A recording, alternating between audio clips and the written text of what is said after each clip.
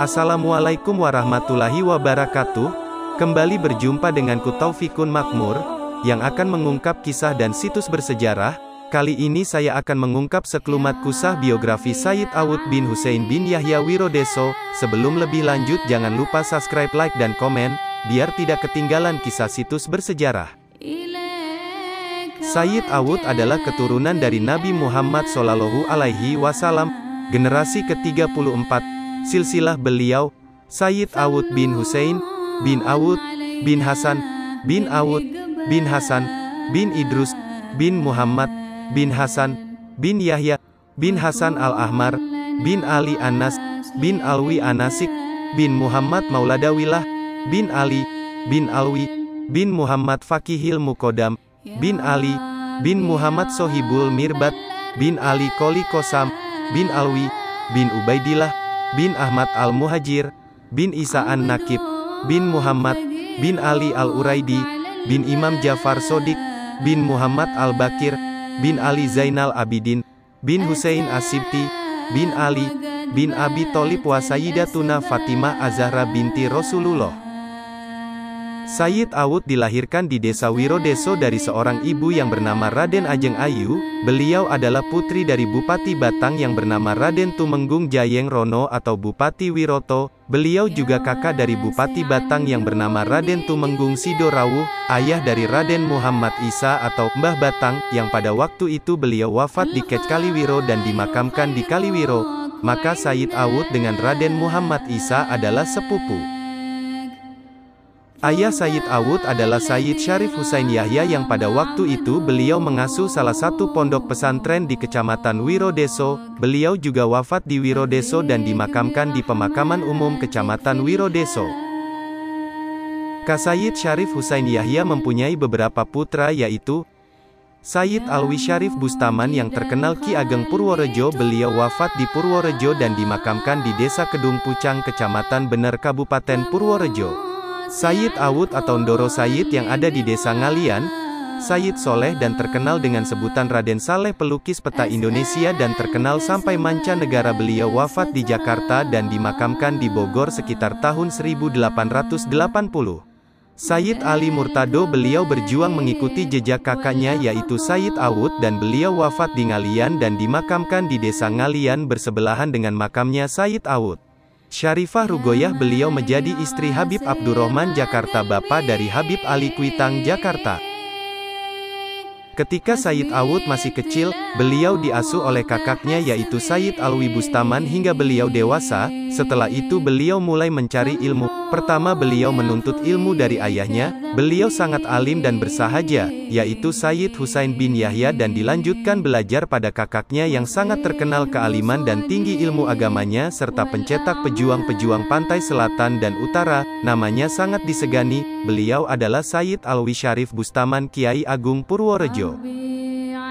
Beberapa di antara guru-guru Sayyid Awud yaitu seorang satria yang gagah berani, yang terkenal pula tentang keluasan ilmunya dan wawasannya, dan lagi seorang wali kutub yaitu Sayyid Hasan bin Toha bin Yahya, Semarang, dan dikenal Mbah Sayyid Kramat Jati atau Pangeran Sumodiningrat.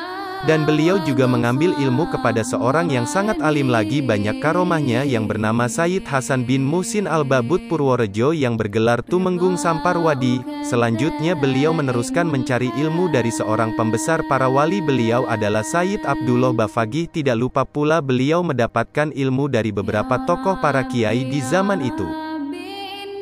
Setelah beliau mendapatkan ilmu dan ijazah dalam mengajar dan berdakwah dan lain sebagainya, beliau tinggal di Pekalongan menggantikan ayahnya.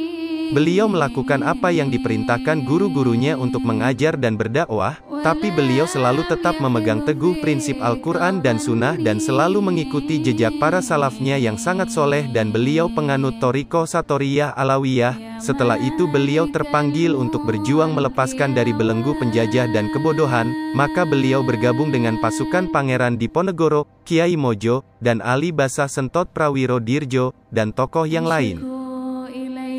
Pertempuran demi pertempuran berjalan mengikuti Kanjeng Pangeran Diponegoro. Setelah Pangeran Diponegoro tertangkap, maka setiap pengikutnya meneruskan perjuangannya dengan segala cara, akan tetapi tetap dalam landasan tuntunan baginda Nabi Muhammad. Beliau tidak terlepas dicurigai bahkan dikejar-kejar dimanapun beliau berada. Di samping itu beliau cukup besar pengaruhnya di kalangan masyarakat dan sangat disegani, maka beliau sering berpindah-pindah tempat dan berganti nama untuk mengelabuhi Belanda. Yang terakhir beliau membuat pertahanan dan meneruskan untuk dakwah di suatu desa yang bernama Gumelem. Maka setelah kedatangan beliau dikenal ngalian atau hijrah, beliau di situ berdakwah dan berjuang sampai hayatnya.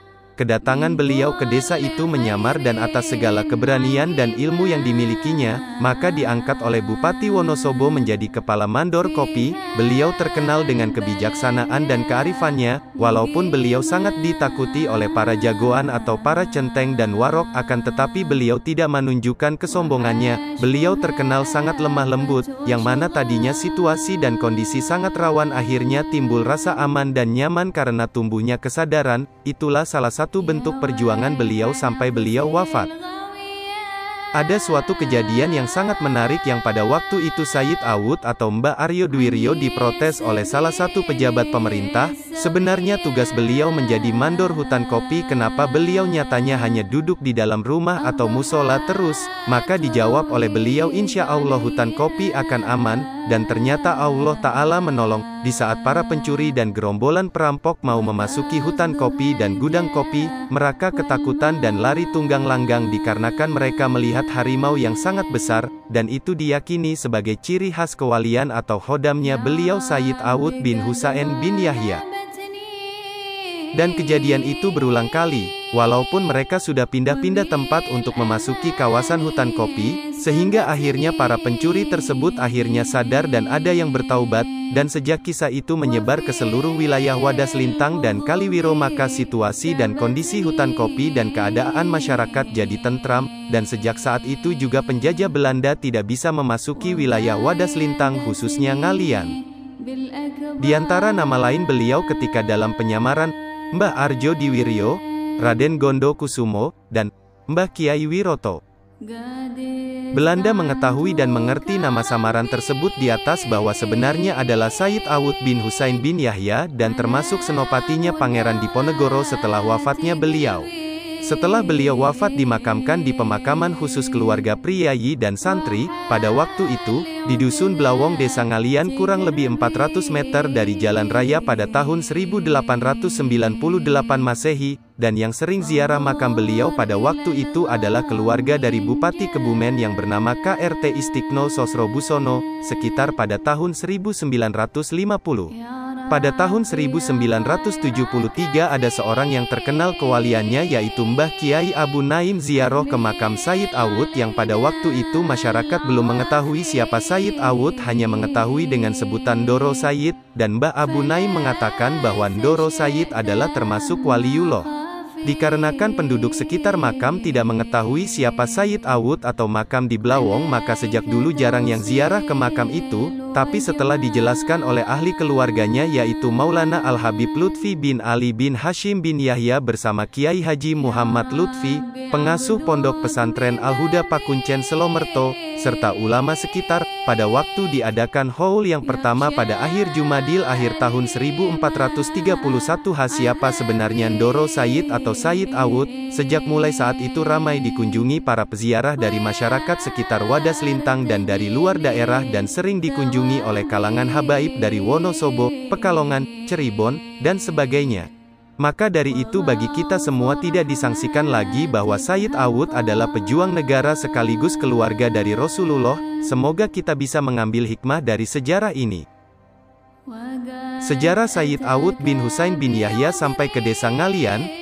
Kedatangan Sayyid Awud ke desa Ngalian sebenarnya pada waktu itu terjadi krisis ekonomi atau sulitnya mencari nafkah pada masa itu, maka situasi hutan kopi menjadi tidak aman, sehingga terjadilah pencurian dan perampokan hasil dari hutan kopi tersebut, yang dilakukan oleh orang di sekitar Wadas Lintang dan Kaliwiro, sehingga pemerintah waktu itu merasa rugi dan menimbulkan kegelisahan. Akhirnya pihak pemerintah pada waktu itu mengadakan musyawarah yang dihadiri oleh seluruh mandor-mandor hutan kopi dan seluruh gelondong-gelondong kecamatan Kaliwiro dan Wadas Lintang, dan tempat untuk musyawarah di kantor Kawedanan Kaliwiro.